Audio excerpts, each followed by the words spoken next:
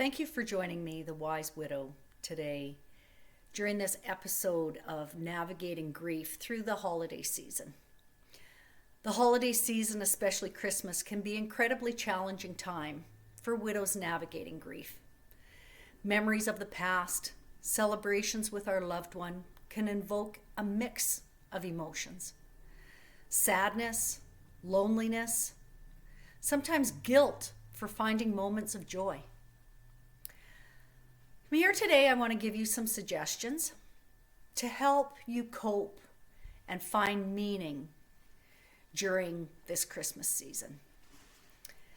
The first thing that I think that is very, very important, and I always talk about boundaries and I always talk about self-care. And I think that those are the two most important things always, always, always. Whether it's Christmas or not, I think that those are the two most important things for getting through our grief and navigating through our grief. So I'm going to talk a little bit about that. And I think point number one is embracing our feelings.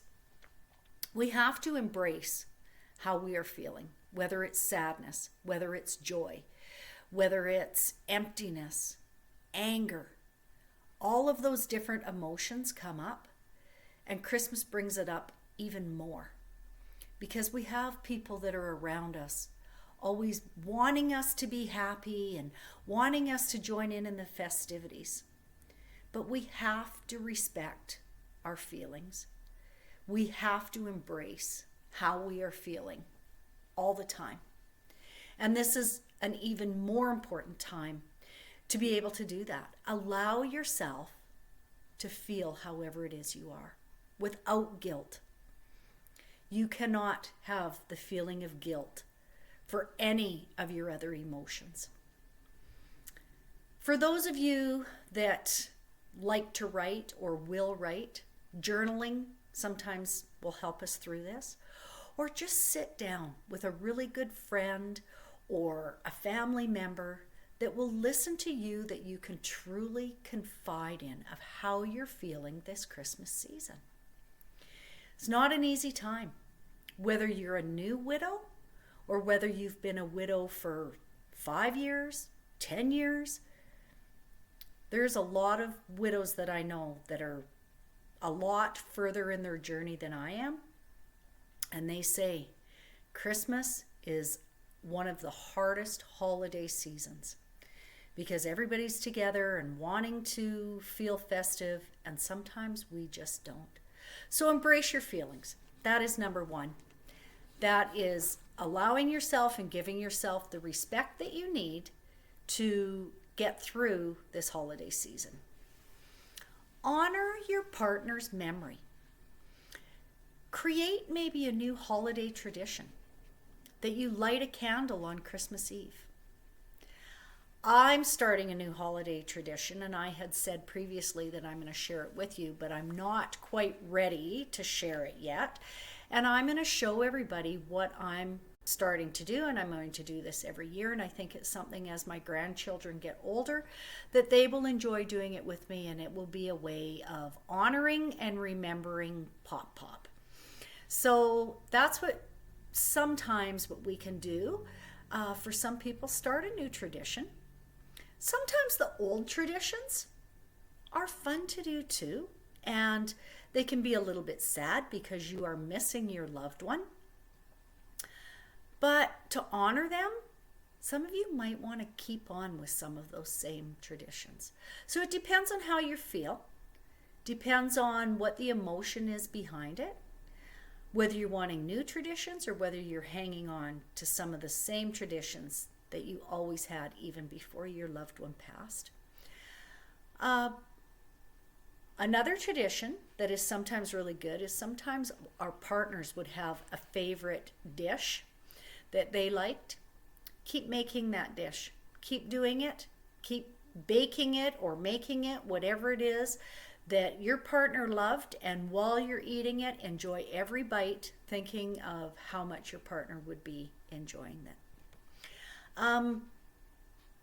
If you have children or you have grandchildren that are missing their father or grandfather or whoever it might be, a fun thing to do for them, or maybe a healing thing to do. I don't know, it might not be fun as in fun and games, but it might be a nice thing to do is they can sit down and write a letter.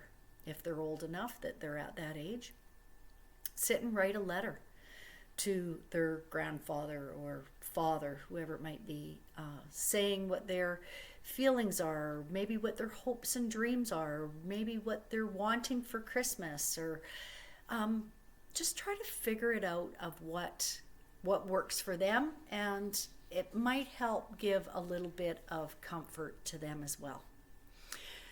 Number 3, set realistic expectations. We need to have realistic expectations, because if we are thinking outside the scope of what we can actually get through, it's going to make Christmas even harder for us. Be gentle on yourself. Recognize what you are able to do, and give yourself enough room and space to allow yourself to not do the things that maybe you're not comfortable to do yet. I know when I decided to put my Christmas tree up, the minute I opened the closet door with all the Christmas stuff in, I had a little bit of a breakdown. I had a hard time putting it all to getting it out and putting it together. And I stopped, and I texted my sister, and I texted my daughter, and I said, I don't know if I can do this. I don't know if I can do this year. I don't know if I can decorate. They were both very supportive. They both said to me, you know what, do what you can.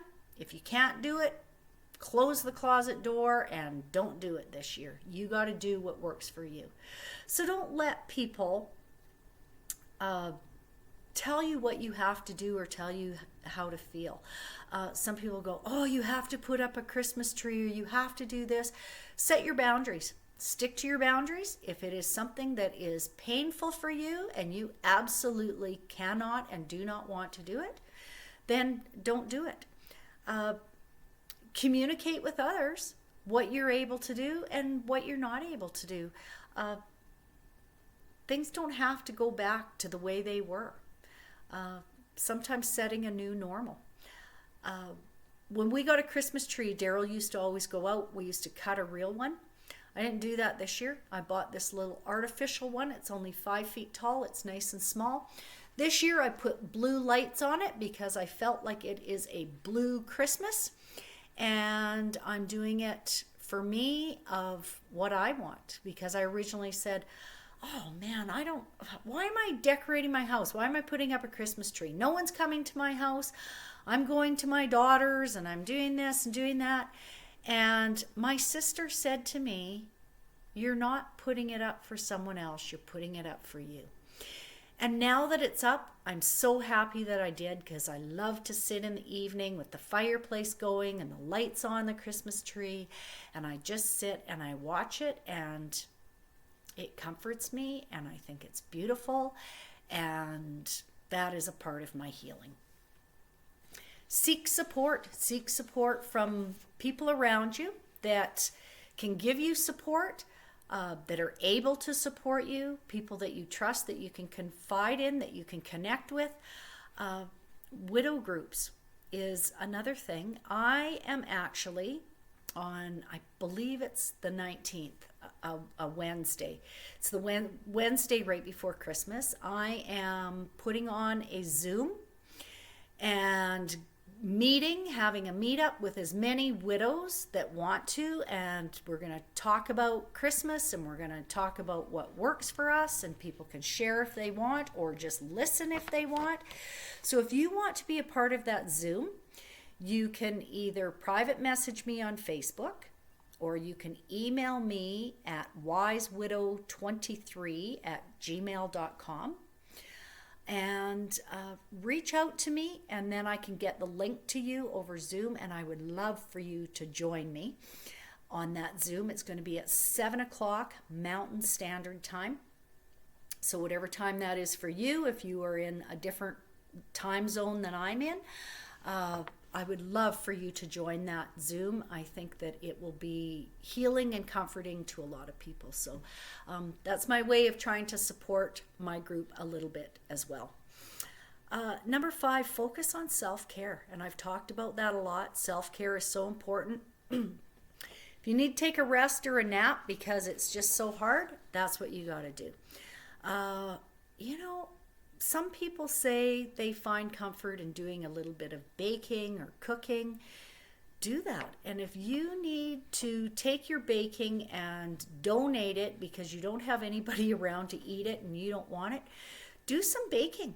And there will be somebody in the neighborhood that would love for you to bake for them. It gives you a purpose. It makes you feel good about yourself. You want to explore what's in the community, what is available for you to maybe go and do, to find out what you can have that supports you. There might be some Christmas concerts around that you would like to go to, or just go for a walk in the evening around your block and look at the lights that people have on their houses. Maybe that's something for you. Some of us, we just want to go to bed and put a pillow over our heads and pretend that Christmas isn't even here. And if you need to stay away from it, and that is your self-care and your comfort, don't let anybody tell you otherwise. Don't let anybody else tell you that you need to go out and do things. If people invite you out and you do not want to go, you can decline. You don't have to go because they invited you. It is perfectly okay to say no. With some things, go for an hour and then come back home. Like I said, set your boundaries. Find your self-care in what works for you. Engaging in activities if you want to. Maybe you don't want to. It's not something that you want. But in some small way, comfort yourself this Christmas season. If you need to go buy yourself a present, buy yourself that present. Wrap it up, put it under the tree, write on it, to whatever your name is, love, and maybe it's from your husband to you. Maybe that gives you comfort. For some people, it's like, oh my gosh, I couldn't do that. That would just break my heart. I can't do it. We all find comfort different ways, so find what works for you. Like I said before, creating new traditions can be something that really helps people, or making the old traditions with a little bit of a twist to just make it feel like Christmas and find some joy in Christmas. And if you do find some joy and some happiness and some laughs, don't feel guilty for feeling that way. You are allowed. You are still here. You still are going through the Christmas season without your loved one, and find the peace, joy, and happiness that you can. Some people may lean on their faith or their spiritual practices. Some people will go to church. If that is where you find solace in your faith, then that is what you do. And there's nothing wrong with that. A lot of churches do have a service that is a Blue Christmas service. You might want to see if there's a church in your area that has something like that. It will give you some comfort in knowing that you are not grieving alone. There are other people out there that are grieving as well, and find what you can in your neighborhood. Sometimes you might just find comfort in prayer or meditation. Sometimes it's attending the services. Find what works best for you.